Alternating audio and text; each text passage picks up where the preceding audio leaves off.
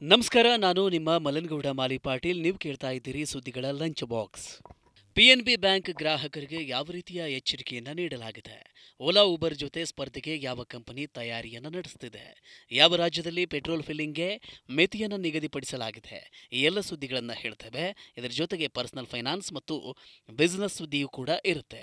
ಬನ್ನಿ ಸುದ್ದಿಯ lunch box ತೆರೆಯೋಣ. ಪೇಟಿಎಂ ಆಟೋ ಓಲಾ ಊಬರ್ ಜೊತೆ ಸ್ಪರ್ಧಿಸೋದಕ್ಕೆ ಬರ್ತಿದೆ ಪೇಟಿಎಂ ಆಟೋ. ಆರ್ಥಿಕ ಬಿಕ್ಕಟ್ಟಿನಿಂದ ಚೇತರಿಸಿಕೊಳ್ಳುತ್ತಿರುವ ಪೇಟಿಎಂ ಈಗ ಓಲಾ ಮತ್ತು ಉಬರ್ಗೆ ಪೈಪೋಟಿ ನೀಡುವುದಕ್ಕೆ ತಯಾರಿಯನ್ನು ನಡೆಸುತ್ತಿದೆ. ಪೇಟಿಎಂ ಮುಂಬರುವ ದಿನಗಳಲ್ಲಿ ರೈಡ್ ಸರ್ವಿಸ್ ನೀಡಲಿದೆ. ಇದಕ್ಕಾಗಿ ಕಂಪನಿಯು ಆಟೋ ರಿಕ್ಷಾ ರೈಡ್ ಸರ್ವಿಸ್ನ ಟ್ರಯಲ್ ಶುರು ಮಾಡಿದೆ. ಮುಂದಿನ ದಿನಗಳಲ್ಲಿ ಕಂಪನಿಯು ದೆಹಲಿ, ಬೆಂಗಳೂರು, ಚೆನ್ನೈ ಮುಂತಾದ ಮಹಾನಗರಗಳಲ್ಲಿ ರೈಡ್ ಸರ್ವಿಸ್ ಒದಗಿಸಲಿದೆ. ಇದಕ್ಕಾಗಿ ಡಿಜಿಟಲ್ ಕಾಮರ್ಸ್ ONDC ಸಹಾಯವನ್ನು ಪೇಟಿಎಂ ತೆಗೆದುಕೊಳ್ಳಲಿದೆ. ಸದ್ಯ ಈ ಸೇವೆ ಟೆಸ್ಟಿಂಗ್ ಮೋಡ್ನಲ್ಲಿ ಇದೆ. ಕೆಲವೇ ಬಳಕೆದಾರರಿಗೆ ಲಭ್ಯವಿದೆ. ಟೆಸ್ಟಿಂಗ್ ಮುಗಿದ ನಂತರ ವ್ಯಾಪ್ತಿಯನ್ನು ಕ್ರಮೇಣ ವಿಸ್ತರಿಸಲಾಗುತ್ತೆ. ಹೆಚ್ಚಿನ ಬಳಕೆದಾರರಿಗೆ ಲಭ್ಯವಾಗುತ್ತೆ. ಆದರೆ ಈ ಬಗ್ಗೆ ಪೇಟಿಎಂ ಇನ್ನೂ ಯಾವುದೇ ಅಧಿಕೃತವಾದ ಮಾಹಿತಿಯನ್ನು ನೀಡಿಲ್ಲ. ಪಿಎನ್ಬಿ ಎಚ್ಚರಿಕೆ. ಪಂಜಾಬ್ ನ್ಯಾಷನಲ್ ಬ್ಯಾಂಕ್ ಗ್ರಾಹಕರಿಗೆ ಎಚ್ಚರಿಕೆ. ಜೀರೋ ಬ್ಯಾಲೆನ್ಸ್ ಖಾತೆ 1 ತಿಂಗಳಲ್ಲಿ ಕ್ಲೋಸ್.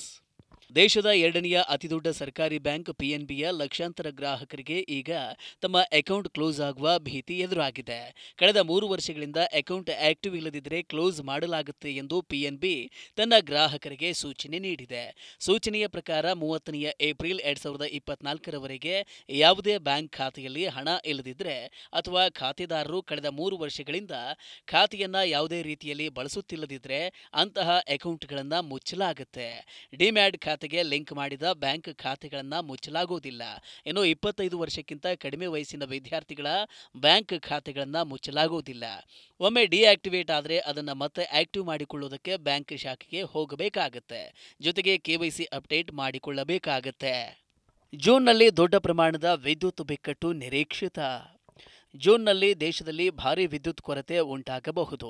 ಕೊರತೆ ಕಳೆದ 14 ವರ್ಷಗಳ ದಾಖಲೆಯನ್ನ ಮುರಿಯಬಹುದು. ವಿದ್ಯುತ್ ಬೇಡಿಕೆ ಮತ್ತು ಪೂರೈಕೆಯ ನಡುವಿನ ಈ ಅಂತರ 2009-10ರ ನಂತರ ಅತಿ ಹೆಚ್ಚಾಗಿರಬಹುದು. ಜಲವಿದ್ಯುತ್ ಉತ್ಪಾದನೆಯಲ್ಲಿ ಭಾರೀ ಕುಸಿತ ಆಗಿರುವುದರಿಂದ ಇದು ಸಂಭವಿಸಬಹುದು. ಈ ಸಂಭಾವ್ಯ ಬಿಕ್ಕಟ್ಟನ್ನು ನಿವಾರಿಸುವುದಕ್ಕೆ ಸೂಕ್ತ ಸಮಯದಲ್ಲಿ ಪ್ರೊಡಕ್ಷನ್ ಕೆಲಸವನ್ನು ನಿಲ್ಲಿಸುವುದು ಮತ್ತು ಕೆಲಸ ಮಾಡದೇ ಇರುವ ಯೂನಿಟ್ಗಳನ್ನು ಪುನಃ ತೆರೆಯುವುದು ಮತ್ತಿತರೆ ಕ್ರಮವನ್ನು ತೆಗೆದುಕೊಳ್ಳುವ ಮೂಲಕ ಪ್ರಯತ್ನಿಸುವುದಾಗಿ ಸರ್ಕಾರ ಹೇಳುತ್ತಿದೆ. 3.6 ಗಿಗಾವ್ಯಾಟ್ ಅಂದರೆ 3.6 ಗಿಗಾವ್ಯಾಟ್ ಹೊಸ ಕಲ್ಲಿದ್ದಲು ಸ್ಥಾವರಗಳ ಕಾರ್ಯಾರಂಭದಲ್ಲಿ ವಿಳಂಬವಾಗಿರುವುದು ವಿದ್ಯುತ್ ಕೊರತೆಗೆ ಪ್ರಮುಖ ಕಾರಣವಾಗಿದೆ.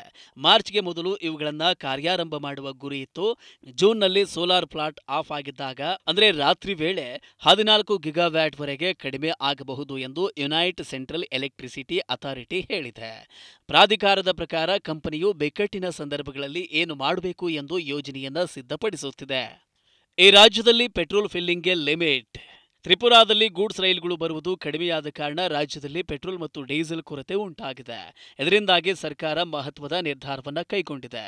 ರಾಜ್ಯದಲ್ಲಿ ಬೈಕ್ ಮತ್ತು ಕಾರಿಗೆ ಪೆಟ್ರೋಲ್ ಡೀಸೆಲ್ ಲಿಮಿಟ್ ಹಾಕಲಾಗಿದೆ. ಅಂದರೆ 2 ದ್ವಿಚಕ್ರ ವಾಹನಗಳಿಗೆ ದಿನಕ್ಕೆ ಕೇವಲ 800 ರೂಪಾಯಿ ಮೊತ್ತದ ಪೆಟ್ರೋಲ್ ಸಿಗುತ್ತೆ. 4 ವೀಲರ್ಗಳಿಗೆ ದಿನಕ್ಕೆ ಕೇವಲ 500 ರೂಪಾಯಿ ಮೊತ್ತದ ಪೆಟ್ರೋಲ್ ಅಥವಾ ಡೀಸೆಲ್ ಹಾಕಿಸಿಕೊಳ್ಳಬಹುದು. ಒಂದು ದಿನಕ್ಕೆ ಕೇವಲ 60 ಲೀಟರ್ ಡೀಸೆಲ್ ತುಂಬಿಸಬಹುದು. ಮಿನಿ ಬಸ್ಗಳಿಗೆ ಕೇವಲ 40 ಲೀಟರ್ ಡೀಸೆಲ್ ಸಿಗುತ್ತೆ. ರಾಜ್ಯ ಸರ್ಕಾರ ಈ ಮಿತಿಯನ್ನು ಮೇ 1, 2024ರಿಂದ ಜಾರಿಗೆ ತಂದಿದೆ. ಈ ಮಿತಿ ಎಷ್ಟು ದಿನ ಜಾರಿಯಲ್ಲಿರುತ್ತೆ ಎಂಬ ಬಗ್ಗೆ ಇನ್ನೂ ಸ್ಪಷ್ಟತೆ ಇಲ್ಲ.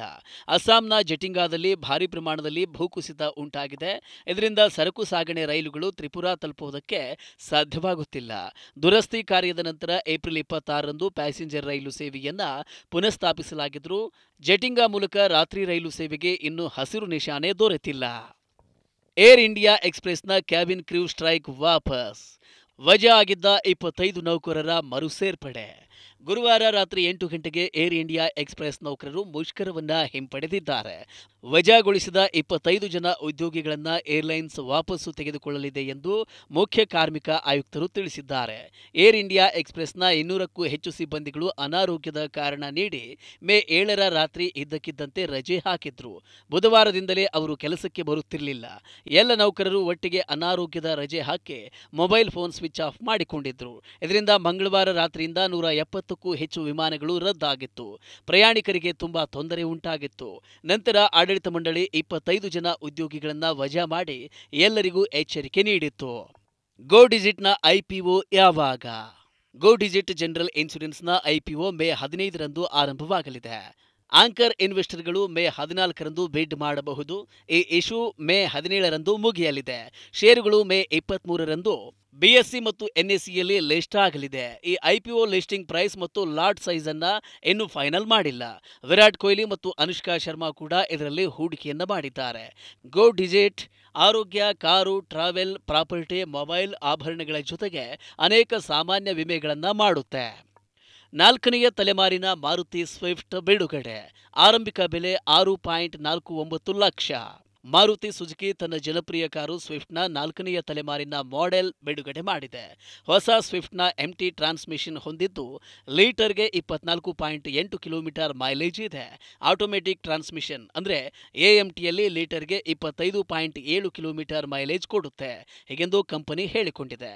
ಭಾರತದಲ್ಲಿ ಅತಿ ಹೆಚ್ಚು ಮೈಲೇಜ್ ನೀಡುವ ಹ್ಯಾಚ್ಬ್ಯಾಕ್ ಕಾರು ಇದು. ಆರಂಭಿಕ ಬೆಲೆ ರೂಪಾಯಿ 6.49 ಲಕ್ಷ. ಎಕ್ಸ್ ಶೋರೂಮ್ ಎಂದು ಹೇಳಿದೆ. ಇದರ ಹೈಯರ್ ಎಂಡ್ ಕಾರ್ಗೆ 9.64 ಲಕ್ಷದವರೆಗೂ ಇದೆ. ಪ್ರೀಮಿಯಂ ಹ್ಯಾಚ್ಬ್ಯಾಕ್ ವಿಭಾಗದ ಈ ಕಾರಿನ ಬುಕಿಂಗ್ ಆರಂಭವಾಗಿದ್ದು 11,000 ರೂಪಾಯಿ ಪೇ ಮಾಡಿ ಬುಕ್ ಮಾಡಬಹುದು. New gen Swift wireless charger, multi information screen, 6 air ಬ್ಯಾಗ್ಗಳು, ಇಎಸ್ಪಿ, ಹಿಲ್ ಹೋಲ್ಡ್ ಕಂಟ್ರೋಲ್ ಮತ್ತು 3 ಪಾಯಿಂಟ್ ಸೀಟ್ ಬೆಲ್ಟ್ನಂತಹ ಸೌಲಭ್ಯಗಳು ಇದರಲ್ಲಿವೆ. ಇದಿಷ್ಟು ಇಂದಿನ ಸುದ್ದಿಗಳ ಲಂಚ್ ಬಾಕ್ಸ್. ಷೇರು ಮಾರುಕಟ್ಟೆ, ಮ್ಯೂಚುವಲ್ ಫಂಡ್, ಇನ್ಶೂರೆನ್ಸ್ ಹಾಗೂ ಪರ್ಸನಲ್ ಫೈನಾನ್ಸ್ಗೆ ಸಂಬಂಧಿಸಿದ ನಿಮ್ಮ ಎಲ್ಲ ಪ್ರಶ್ನೆಗಳಿಗೆ ತಜ್ಞರಿಂದ ಉತ್ತರ ಹಾಗೂ ಸಲಹೆ ಪಡೆದುಕೊಳ್ಳುವುದಕ್ಕೆ ಈಗಲೇ ಡೌನ್ಲೋಡ್ ಮಾಡಿ ಮನಿ9 ಆ್ಯಪ್. ಮತ್ತಷ್ಟು ಅಪ್ಡೇಟ್ಗಳೊಂದಿಗೆ ಮತ್ತೆ ಭೇಟಿಯಾಗೋಣ. ನಮಸ್ಕಾರ.